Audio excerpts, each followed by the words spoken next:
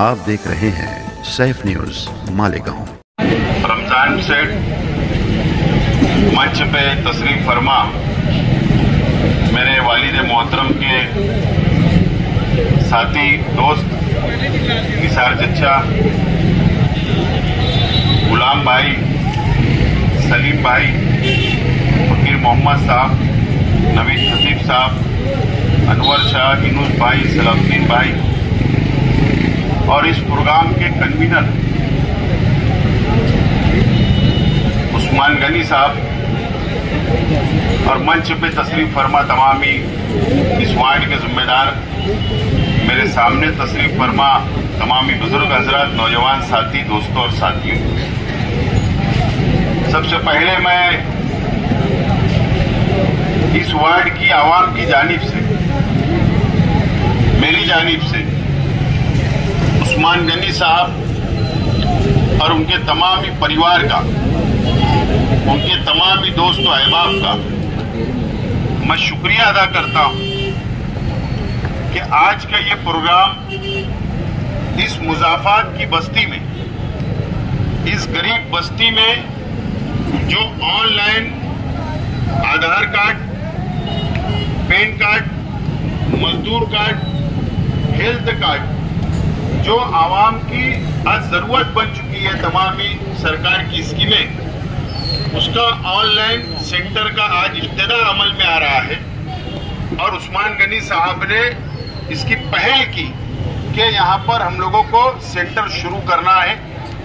मैं मुबारकबाद पेश करता हूँ कि आवाम की खिदमत इसी तरीके से की जाती है। आवाम की जरूरत को पूरा करना, आवाम की तकालीफ को पूरा करना, दूर करना और इसी के साथ साथ समाज के अंदर, मोहल्ले के अंदर, वार्ड के अंदर दुख और सुख के अंदर शामिल होना, यही असल में सोशल वर्कर होता है और आवाम का खादिम होता है। आज उस्मान गनी साहब ने यह बात साबित कर दिया। दोस्तों और साथियों, मैं सोच रहा था कि ये आधार सेंटर, यह ऑनलाइन सेंटर से फायदा क्या होगा। इंसान की जरूरत है वो तो पूरी जरूर करता है, लेकिन असल में मालेगांव शहर में इसकी जरूरत आज बहुत ज्यादा है। उसकी वजह है असेंबली के इलेक्शन के बाद मालेगांव शहर को बदनाम करने के लिए बांग्लादेशी और रोहिंग्या के नाम से बदनाम किया गया। मुसलमानों पर यह इल्जाम लगा इस शहर के कि ये बांग्लादेशियों को पनाह देते हैं, ये रोहिंग्या को पनाह देते हैं, इस तरीके का इल्जाम लगा और एसआईटी हुकूमत महाराष्ट्र ने बनाई और 3500 से ज्यादा शहर की आवाम को एसआईटी बनने के बाद जिन लोगों ने जन्म दाखिले के लिए एप्लीकेशन किया था, अरीजा किया था, उन लोगों को नोटिस मिली, नोटिस का जवाब दिया गया, कई लोग जेल गए, कई लोगों को नोटिस देकर छोड़ दिया गया। और कल आप लोगों ने सुना होगा कि 22 लोगों की जमानत की नामंजूर किया गया। ये तमाम ही चीजें मैं इसलिए बोल रहा हूं कि आज जरूरी हो चुका है कि हमारा जन्म दाखिला होना चाहिए, जरूरी हो चुका है कि आधार कार्ड हमारा सही होना चाहिए, हमारा पैन कार्ड जरूरी बनना चाहिए। हर सरकारी दस्तावेज जो होता है, सरकारी आईडी प्रूफ जो होता है, वो आज हमारी अपनी जरूरत बन चुकी है। एनआरसी के वक्त जब हुकूमत, देश की हुकूमत ने, मुल्कों की हुकूमत ने एनआरसी लागू किया, उस वक्त हम लोग घबरा कर जल्दबाजी के अंदर हम लोगों ने जन्म दाखिले बना ली, एजेंट मार्फत बना ली, वकील मार्फत बना लिए और जल्दबाजी में गलत डॉक्यूमेंट लगाकर, गलत सबूत लगाकर हम लोगों के पेपर बन गए, जन्म दाखिले बन गए। उसका नतीजा ये हुआ SIT बनने के बाद हमारे पर इल्जाम आया, कई लोग आज भी सलाखों के पीछे है, कई लोग को जमानत मिली, कई लोग नोटिस के ऊपर छोड़ दिए गए। आज जरूरत है इस बस्ती के अंदर, शहर के अंदर अच्छी रहनुमाई करने की।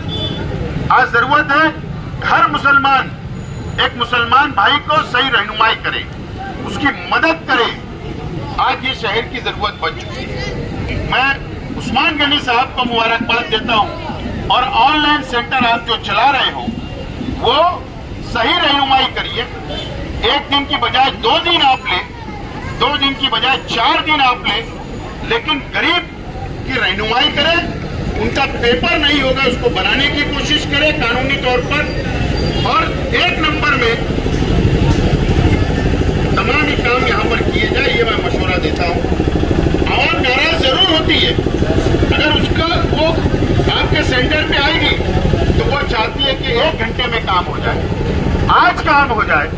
उनको समझाए कि नहीं, आपका ये पेपर गलत है, आपके पास ये पेपर नहीं है। आप उनकी रहनुमाई करें, उनको समझाएं कि 1 हफ्ता लगेगा चलेगा, 1 महीना लगेगा चलेगा, लेकिन उनको कानूनी तौर पर हम लोगों को मदद करना है, उनको समझाना है। आज मैं आप लोगों से अपील करता हूं कि ये रहनुमाई करने का काम आप लोग करेंगे। दोस्तों और साथियों, आज जिस इलाके के अंदर ये प्रोग्राम हो रहा है, ये रमजानपुरा से मशहूर है इस इलाका। पहले एक जमाने के अंदर 2002 से पहले यहां पर ग्राम पंचायत के अंदर हम लोग थे। दयाना ग्राम पंचायत, यहां पर इलेक्शन ग्राम पंचायत का होता था, देहात का होता था। कई उस वक्त के सोशल वर्कर ग्राम पंचायत के मेंबर बना करते थे। 2002 के बाद कॉरपोरेशन के अंदर हम लोग दाखिल हुए, कॉरपोरेशन के अंदर शामिल हो गए। उसके बाद के इलेक्शन होते रहे। उस वक्त की बात और आज के अंदर जमीन और आसमान का फर्क। मैं सिर्फ वार्ड नंबर पुराने 3 की बात नहीं कर रहा हूं, या मैं वार्ड नंबर 2 की बात नहीं कर रहा हूं, मैं ये तमाम ही पूरे इलाके की बात कर रहा हूं कि आप लोगों को पीछे रखने के लिए मैं जिम्मेदारी से बोलता हूं। आज मेरी बात आप नोट कर लो, पीर के दिन शाम तक आपको पता चलेगा इस रमजानपुरा, इस दयाने के लोगों को, कि इस इलाके को और पिछड़ा करने के लिए और पीछे रखने के लिए एक बड़ी साजिश ने काम कर चुका है। अब यहां पर नफरत की सियासत शुरू होगी, चाहे वार्ड नंबर 4 हो, चाहे वार्ड नंबर 3 हो या वार्ड नंबर 2। इस इलाके को सामने रखकर नफरत की राजनीति शुरू हो गई है। आपको पीर के दिन 13 तारीख की शाम तक आपको खबर आएगी कि कैसे, किस तरीके से नफरत की सियासत शुरू की गई, कैसी साजिश रची गई। उसके ऊपर तफसील वक्त पड़ने पर मैं प्रेस कॉन्फ्रेंस लेकर बोलूंगा। लेकिन आज मैं इस इलाके की आवाम से ये अपील करता हूं कि आप लोगों को फैसला बहुत सोच समझ कर लेना होगा, बहुत सोच समझ कर लेना होगा। सियासी तौर पर आपकी सरपरस्ती करने वाले इस इलाके के लोग नहीं होंगे, यहाँ के लीडरान नहीं होंगे। अगर आपको भ्रम होगा तो भ्रम आपका आज निकाल लेना चाहिए। जिस तरीके से मैं शहर की नुमाइंदगी करता हूं, मैं इलेक्शन लड़ता हूं, हार गया जीता ये अलग बात, लेकिन कौम के लिए, हमारे शहर के लिए, इस शहर के मुस्तकबिल के लिए, इस शहर को बचाने के लिए जिस तरीके से मैं लड़ाई लड़ता हूं आप लोग के सामने है। और मेरी अपनी कोशिश है आपसे अपील करने के लिए, इलेक्शन आएगा जब मैं आऊंगा, लेकिन इस मर्तबा बिल्कुल आपको कोई गलती नहीं करते हुए आप ये तय करोगे, वार्ड नंबर 3 ये तय करेगा, वार्ड नंबर 2 तय करेगा कि आने वाला म्युनिसिपल कॉर्पोरेशन के ऊपर मेयर किसका होगा। हम इलेक्शन के वक्त आएंगे, हम लोग उम्मीदवार खड़ा करेंगे, आपसे वोट मांगने जरूर आएंगे, और जब वोट मांगने आएंगे आप ये पूरा इलाका रमजानपुरे की तमाम सीटें हमारी पार्टी की चुनकर लाइए।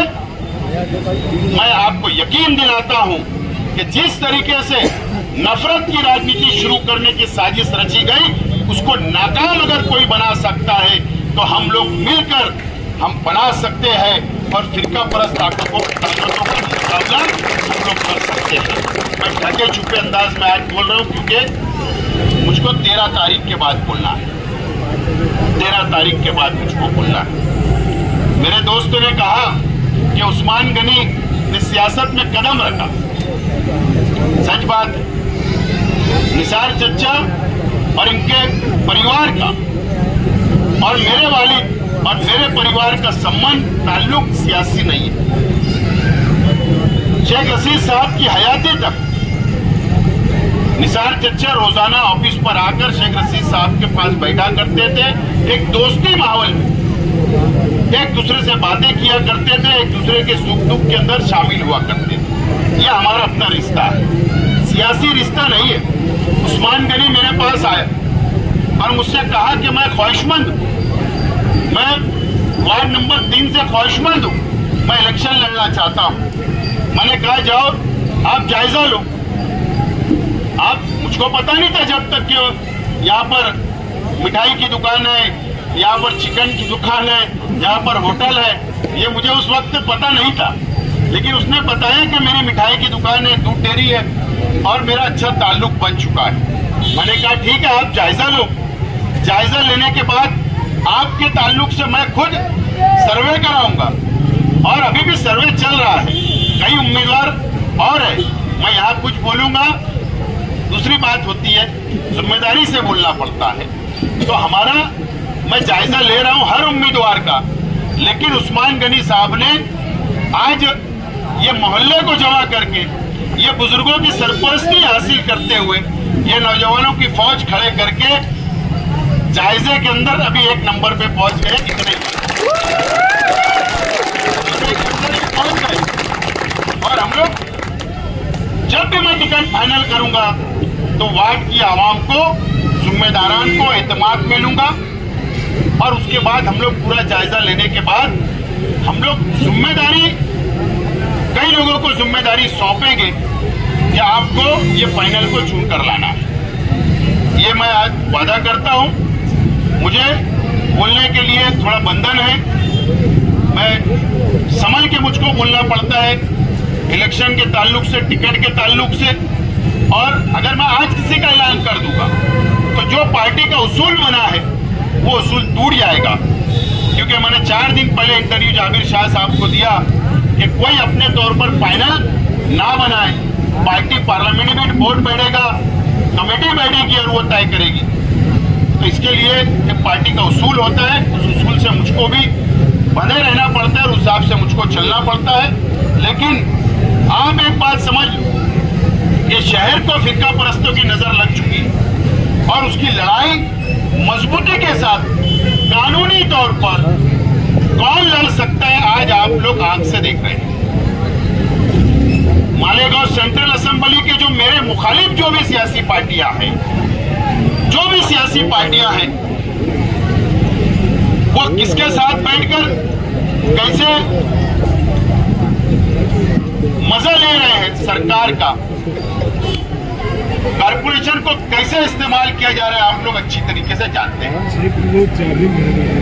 ये तमाम ही चीज का जायजा लेना है और हम लोगों को ये इलेक्शन को, ये शहर का इलेक्शन है, ये शहर को बचाने का इलेक्शन होगा। ये मस्जिद और मीनारों के शहर के ऊपर जो नजर है फिरका परस्तों की, उनको जवाब देने का इलेक्शन होगा। और आप लोगों को समझदारी से, नौजवानों को ये इलेक्शन के अंदर फैसला करना है। और खुसूसी तौर पर ये रमजानपुरा इलाके को, मालदा शिवार हो, दरेगांव हो, जहां जहां भी ग्राम पंचायत के अंदर मुस्लिम आबादी थी, आप लोगों को सही मानों में फैसला लेकर आपको मेयर कौन सी पार्टी का बैठना चाहिए, ये फैसला आने वाले दिनों में आपको लेना है। मैं ज्यादा वक्त नहीं लेते हुए फिर एक मर्तबा उस्मान गनी, उनके निसार चचा, उनके तमाम ही परिवार का, दोस्तों का मैं शुक्रिया अदा करता हूं और मुबारकबाद पेश करता हूं कि आज सादिक ऑनलाइन सेंटर का इब्तिदा अमल में आएगा और मेरी बात को मैं ख़त्म करता हूं। शुक्रिया। अस्सलाम वालेकुम। आज सादिक ऑनलाइन सेंटर का इफ्तिताह हुआ इद्दू मुकादम चौक दयाने मालेगांव में। ये पूरा एरिया मुज़ाफ़ात का एरिया है। यहाँ पर ऑनलाइन सर्विसेज के कोई भी एक ब्रांच शाख सरकारी कुछ भी नहीं है। यहाँ पर उस्मान गनी भाई एक ऑफ़िस का इफ्तिताह किए जहाँ पे सरकार से मंजूर शुदा सारी स्कीमें जैसे आधार कार्ड, वोटर आईडी, जन्म दाखिले, ये सारे सरकारी तर्ज पर एक नंबर में काम करने के लिए एक सेंटर कायम किए जो लोगों की खिदमत के लिए फ्री सहूलत, फ्री ऑफ चार्ज, मतलब no cost no profit no loss की बुनियाद पर, मतलब जिस चीज़ का जो चार्ज लगेगा, जो फ़ीस है सरकारी फ़ीस, उसमें या तो फिर वो उनकी तरफ से खिदमत का भी ऐलान कर रहे हैं। यहाँ पे इस सेंटर का कायम होना ये बहुत बड़ी बात है, क्योंकि ऐसे सेंटर्स मिलते नहीं है। और आशिफ शेख साहब की मेहनत और उनके बोलने के ऊपर और फिर ऐसे ये जो सेंटर्स का क़याम अमल में आया है, ये बहुत खुशी की बात है इस एरिया वालों के लिए, क्योंकि आज के टाइम में सरकारी काम के लिए किसी भी चीज़, कोई भी एक छोटा डॉक्यूमेंट, एक अफिडेविट क्यों ना हो, सरकारी ऑफिस में जाके करने के लिए वो डॉक्यूमेंट रेडी करना है, एजेंट के पास जाओ, वो काम कई वक्त लग जाता है, कई दिनों का समय दरकार लगता है। आज यहाँ पर, यहाँ से तहसील ऑफिस, सरकारी दफातर जो है यहाँ पर, ये बहुत दूर है। और यहाँ पे ये सेंटर कायम होने से आसपास के लोगों के लिए एक बहुत राहत का काम है, आसानी, क्योंकि मज़दूर तबका है यहाँ पर। ऐसा है कि लोग अगर किसी एक काम के लिए भी, कोई चीज़ के लिए कहीं जाएंगे तो दिन भर की मजदूरी जो काम है उनका, वो इफ़ेक्ट पड़ जाता है उसके ऊपर, वो टूट जाता है, फिर वो उधर नुकसान होता है। ये सेंटर्स की वजह से यहाँ पर आसपास के लोगों को बहुत आसानी हो जाएगी और सहूलत है। यहाँ पे अल्हम्दुलिल्लाह प्रधानमंत्री आवास योजना जो घरों के लिए पक्का मकान बनाने के लिए जो फंड्स देती है, फिर आयुष्मान भारत जो सरकारी कार्ड एक है जो हॉस्पिटल के लिए 5 लाख की सहूलत देता है, उस कार्ड की बनाने के लिए है। वोटर आईडी है, जन्म दाखिले है, बच्चों का आधार कार्ड अपडेट करना जो कि आज बहुत ज़्यादा तकलीफ़ है, नहीं चालू है। ये सब चीज़ों के लिए राशन कार्ड, बैंक पासबुक, ये सब चीज़ों के लिए सेंटर कायम हुआ। मैं उस्मान गनी भाई को बहुत बहुत मुबारकबाद दूंगा कि उन्होंने ये काम शुरू किया यहाँ पर और आसपास के लोगों को सहूलत मुहैया की। इनकी खिदमत को अल्लाह पाक कबूल करे, आमीन। आप देख रहे हैं सैफ न्यूज़ मालेगांव।